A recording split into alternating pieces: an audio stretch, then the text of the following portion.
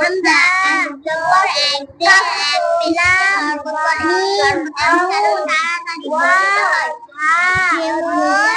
ইয়া ইয়া পেশ ও যজম হইলে নিচে আলিফকে হামজা বলে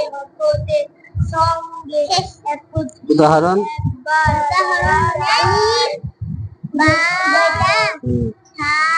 এটাই উদাহরণ। আর এটা যেটা বললা দ্বিতীয়বার, সেটা হলো হামজা কাকে বলে? আলিফের উপরে যখন জবর জের পেশ যজম থাকবে তখন ওই আলিফকে কি বলবে? হামজা বলে।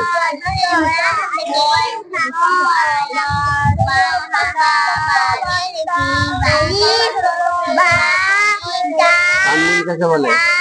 তানবিন তানবিন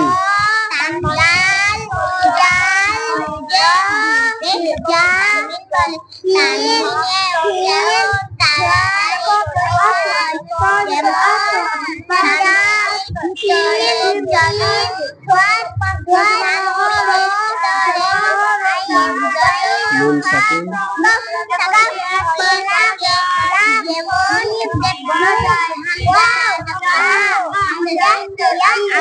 হামজা কয় জবর?